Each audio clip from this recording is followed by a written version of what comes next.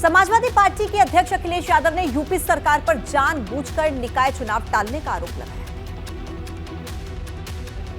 अखिलेश यादव सोमवार से मैनपुरी के दौरे पर है, जहां उन्होंने भोगांव में एक जनसभा को संबोधित करते हुए यूपी सरकार पर निकाय चुनाव को जानबूझकर टालने का आरोप लगाया।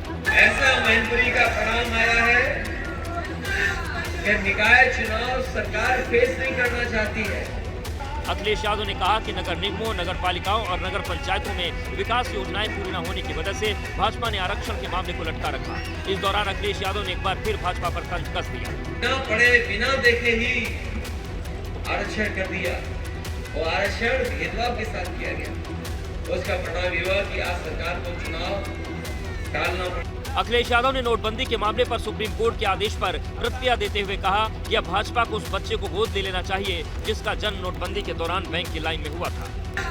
निकाय चुनाव सरकार फेस नहीं करना चाहती है। ये बहुत ही कम निवेश पर पैकर्स एंड मूवर्स बिजनेस शुरू करके महीने का 5 लाख कमाते हैं। इनसे सीखना है तो फ्रीडम ऐप को अभी डाउनलोड कीजिए। सुप्रीम कोर्ट ने नोटबंदी को ठीक माना है तो भारतीय जनता पार्टी के लोग उस खजांची को गोद ले लें और उसका जन्मदिन हर साल मनाएं। मैनपुरी लोकसभा सीट पर हाल ही में सपा को जीत की संजीवनी मिली है, जिसके बाद लगातार अखिलेश यादव ने मैनपुरी में सक्रियता बढ़ा दी है।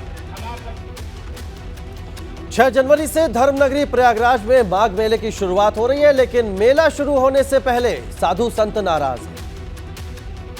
संतों की नाराजगी की सबसे बड़ी वजह है संगम का पानी, जो मटमैला और काला दिखने लगा है, जिसके कारण खलबली मच गई है।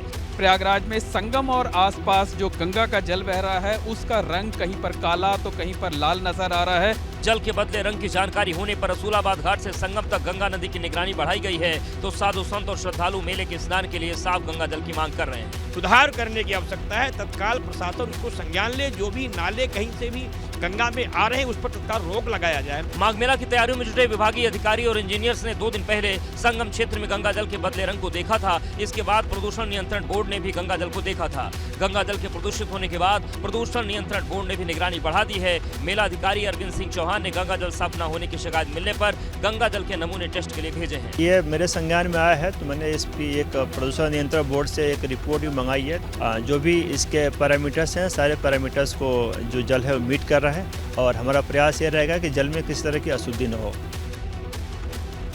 बस्ती में एक और शौचालय कांड सामने आया है। 4 सीटों वाले टॉयलेट्स का मामला अभी ठंडा भी नहीं पड़ा था कि दोबारा से 2 सीटों वाली तस्वीर सामने आ गई। बहादुरपुर ग्राम पंचायत के नौली में अब एक साथ 2 सीटों वाले शौचालय की तस्वीर सामने आई है, जिसका वीडियो सोशल मीडिया पर वायरल है। इस वीडियो के वायरल होने के बाद जब पंचायती राज विभाग की कार्यशैली पर सवाल खड़े हुए तो अधिकारियों के कान भी खड़े हो गए। इस मामले पर विभाग की ओर से संज्ञान लिया गया, जिसके बाद शौचालय को दुरुस्त करने का काम भी शुरू हो चुका है। ये कोई पहला मामला नहीं है जब इस तरह की तस्वीर सामने आई है। 3 दिन पहले ही 31 दिसंबर को बस्ती जनपद के रुधौली में सामुदायिक शौचालय का वीडियो सामने आया था, जिसमें 1-2 नहीं बल्कि 4-4 टॉयलेट सीट लगाए गए थे। बिना किसी पार्टीशन के 4-4 टॉयलेट सीटों की तस्वीर सामने आई थी, जिसके बाद पंचायती राज विभाग और प्रशासन की जमकर किरकिरी हुई थी। मामला प्रकाश में आने के बाद आनन फानन में सीटों को उखाड़ भी दिया गया। उस मामले की जांच भी जारी है, लेकिन नतीजा अब तक 0 है। वो मामला अभी ठंडा भी नहीं हुआ था कि एक बार फिर डबल टॉयलेट का मामला सामने आ गया है। सवाल है कि स्वच्छ भारत मिशन को बस्ती जनपद में पलीता कौन लगा रहा है? क्या लापरवाहों पर कड़ी कार्रवाई होगी? चलिए अब शुरू करते हैं घड़ी घड़ी घमासान खबरों का तूफान। 5 जनवरी को आने वाले सुप्रीम कोर्ट के फैसले पर 50,000 से ज्यादा लोगों की निगाहें टिकी हैं, लेकिन अब अतिक्रमण को लेकर सियासी आंदोलन की तैयारी भी हो रही है। 78 एकड़ जमीन पर बसे इस कफूर बस्ती के लोगों के माथे पर तब बल पड़ गया जब रेलवे की टीम ने इस पूरे इलाके की मैपिंग शुरू कर दी। राहत के लिए लोगों ने सुप्रीम कोर्ट का दरवाजा खटखटाया है। इस मामले में अब 5 जनवरी को सुनवाई होगी, लेकिन ये पूरा मामला अब सियासी रंग लेता हुआ दिखाई दे रहा है। उत्तराखंड के पूर्व सीएम हरीश रावत ने कहा है कि ठंड के मौसम में 52,000 लोगों को बेघर करना उचित कदम नहीं है।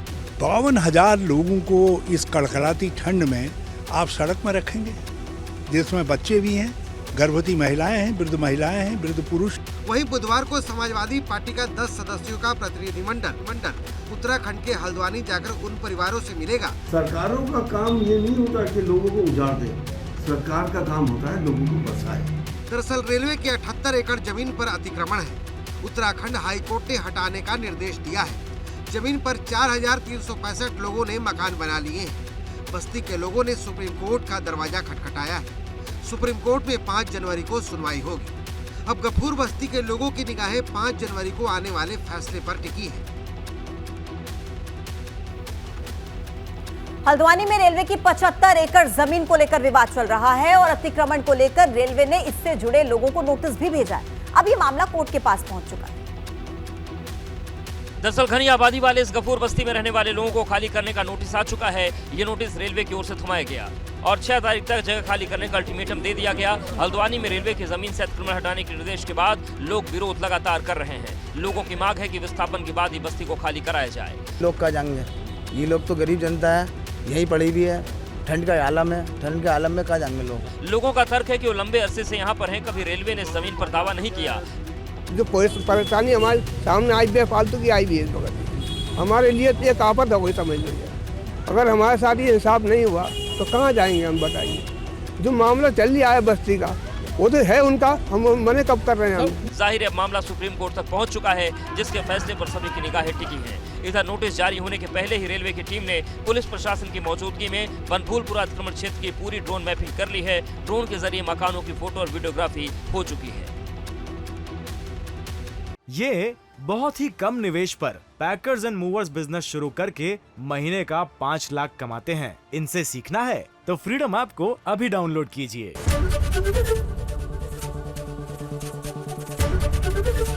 एबीपी गंगा, खबर आपकी, जुबान आपकी।